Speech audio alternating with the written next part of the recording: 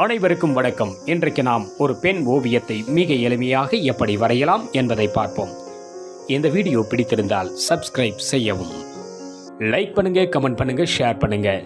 கூடவே பெல் ஐக்கானை பிரஸ் பண்ணி ஆல் அப்படிங்கறத செட் பண்ணிக்கங்க. அப்பதான் நான் போடுற வீடியோ உங்களுக்கு நோட்டிபிகேஷனா வரும். வீடியோவை ஸ்கிப் பண்ணாம முழுசா பாருங்க.